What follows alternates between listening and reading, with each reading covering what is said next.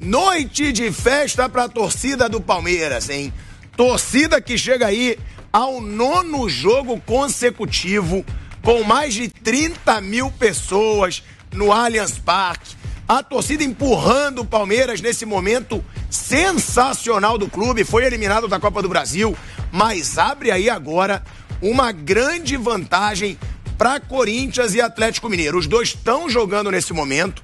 Claro, o torcedor do Palmeiras vai ficar de olho em tudo que acontece, a gente também. A gente vai ficar passando informações em tempo real sobre a partida entre Atlético Mineiro e Corinthians em Belo Horizonte, porque interessa muito pro torcedor palmeirense. Agora, mais uma vitória do Palmeiras. Hoje, uma atuação convincente. Levou um gol aí no final do jogo que poderia ter colocado em risco essa disparidade do Palmeiras na liderança da tabela. Mas aí, o Gabriel Menino fez um bonito gol no final da partida, aos 42 do segundo tempo, e deu a vitória e a liderança isolada, cada vez mais isolada do Palmeiras nesse Brasileirão.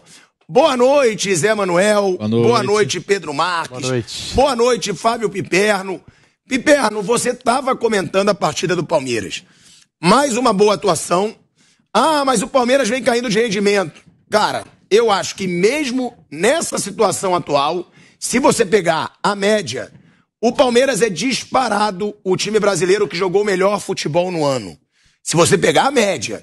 Então, é ainda o time a ser batido, na minha opinião. É ainda o favorito ao título do Brasileiro, porque disparou no momento que precisava. E, Piperno, que atuação, mais uma do tal de Gustavo Gomes. Esse cara é um monstro, só pra galera ter ideia. O Gomes, ele tem 7 gols no Brasileiro. Ele tá na frente do Pedro, ele tá empatado com o Hulk. É um zagueiro que, além de destruir na defesa, é artilheiro, Piperno.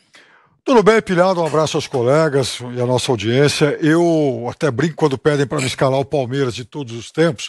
Óbvio que eu não vi todo mundo, mas vamos lá.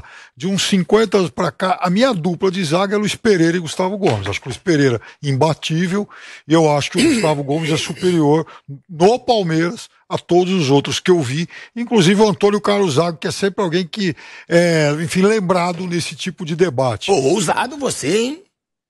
Ousado, porque tem muito zagueiro bom no Palmeiras. Teve o Júnior Baiano, também jogou muita bola no Palmeiras. Jogou muita bola. Não tanto quanto o Gustavo Gomes. Ele não foi bicampeão da Libertadores, né? Bicampeão de Libertadores, zagueiro artilheiro, enfim, um jogador admirável. E um cara que... enfim, a torcida... Esse é ídolo, né? A gente teve uma discussão outro dia sobre quem é ídolo, quem não é. Esse é. Esse é aquele cara que eu até brinquei na transmissão hoje.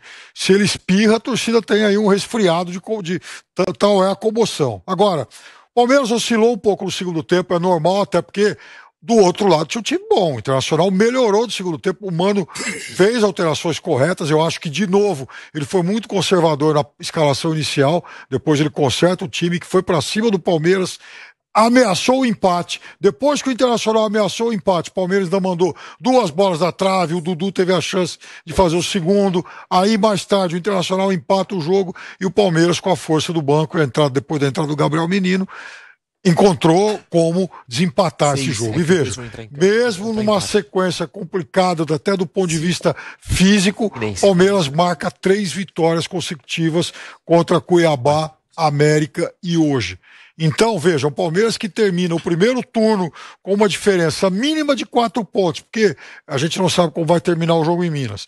É o melhor ataque, é a melhor defesa. Então, como não apontar esse time hoje como o favorito? Não que o Palmeiras vá ganhar ou já ganhou o campeonato, mas o Palmeiras abriu uma boa distância em relação aos concorrentes diretos, principalmente o Flamengo, que tem um timaço, é a equipe que, se fosse começar o campeonato agora, do zero, talvez fosse a favorita, só que o Flamengo tem só um turno para tirar 9 pontos, e aí, Pilhado, vai ter mais desgaste, porque o Palmeiras não está mais na Copa do Brasil. O Flamengo, como lembrou o Piperno, tem 9 pontos a menos que o Palmeiras, ou seja... São 3 jogos que o Flamengo precisa vencer, na verdade mais, porque o saldo de gols do Palmeiras é sensacional. Vai ser difícil o Flamengo pegar o saldo de gols do Palmeiras, que nesse momento... 18. O Palmeiras tem 18 de saldo. O Flamengo tem 8. São 18 contra 8 gols de saldo de gols aí do Palmeiras contra o Flamengo. Então, são mais do que 3 vitórias que o Flamengo precisa tirar de diferença. Pedro Marques, a grande preocupação do Palmeiras hoje não é o Flamengo, que tá aí a 9 pontos e já jogou. São Corinthians e Atlético Mineiro, que jogam hoje. Pro Palmeiras é ótimo, porque é um confronto direto. Um dos dois ou vai perder 3 pontos, ou os dois vão ganhar 1 ponto apenas. Mas tem o Fluminense, hein? O Fluminense venceu o Red Bull, já acabou o jogo, Zé? Acabou. Venceu o Red Bull, tá a 5 pontos do Palmeiras, é o vice-líder do Campeonato Brasileiro e tá jogando muita bola com o Fernando Diniz no comando. Quem é o principal rival do Palmeiras na luta pelo título brasileiro, na sua opinião, Pedro? Olha, Pilhado, Zé Manuel, Piperno, muito boa noite aqui para a bancada do nosso Canelada. A vitória de hoje do Palmeiras foi muito importante, porque acaba superando a campanha de 2016, quando se tornou campeão brasileiro. O Palmeiras de 2016 fechou o primeiro turno com 36 pontos. Esse Palmeiras de 2022 fecha a primeira metade da competição com 39. É claro que você liderar o campeonato no começo, na primeira metade, não significa muita coisa, como até disse o Gustavo Scarpa logo após a vitória no meio de semana contra o América Mineiro fora de casa pelo Campeonato Brasileiro. Mas a história conta, né, que das 19 edições do Campeonato Brasileiro de 2003 até 2021, 14 times que começaram liderando a competição e venceram esse título simbólico de primeiro turno acabaram levantando a taça no final das contas. Raras são as exceções. Um desses times que acabou perdendo foi o São Paulo do Fernando Diniz. O São Paulo do Fernando Diniz acabou perdendo, abriu 7 pontos de vantagem, tal, uma gordura e tanto, mas depois acabou sendo ultrapassado ali por Internacional e Flamengo. O Flamengo depois que viria a ser campeão na temporada 2020, que só foi se encerrar em 2021 em razão da pandemia de Covid. Eu acho que nesse momento o campeonato está bem embolado, né? Você citou o Fluminense a 5 pontos, vem jogando para muitos o melhor futebol do Brasil. Tem o Atlético Mineiro que está trocando de comando técnico, isso é muito importante. Se a gente fala do Flamengo, que tem 2 reforços importantes, Everton Cebolinha, Arturo Vidal, que hoje fez a sua estreia. O Flamengo que vem convencendo o seu torcedor, que hoje perdeu pelo menos uns 3 gols com o Gabriel Barbosa, perdeu uns 2 gols com a Arrascaeta. A gente também tem que lembrar que o Atlético Mineiro muda a sua visão de futebol. Não tem nem comparação, Turco Mohamed com o Cuca. E o Cuca fez o Galo Mineiro jogar um futebol refinadíssimo na última temporada, fez o Galo ser campeão brasileiro e da Copa do Brasil. Então eu coloco aqui Atlético Mineiro, Flamengo, Corinthians.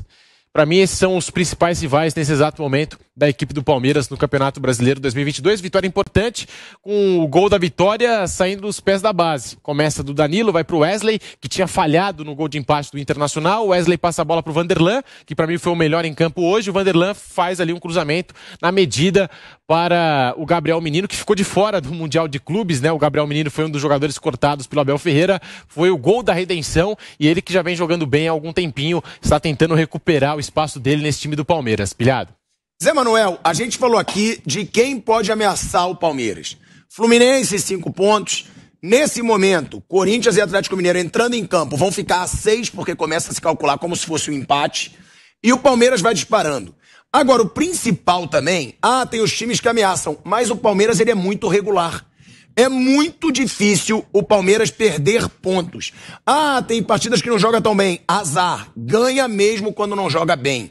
Ficou aí 3 jogos sem vencer, que foram contra...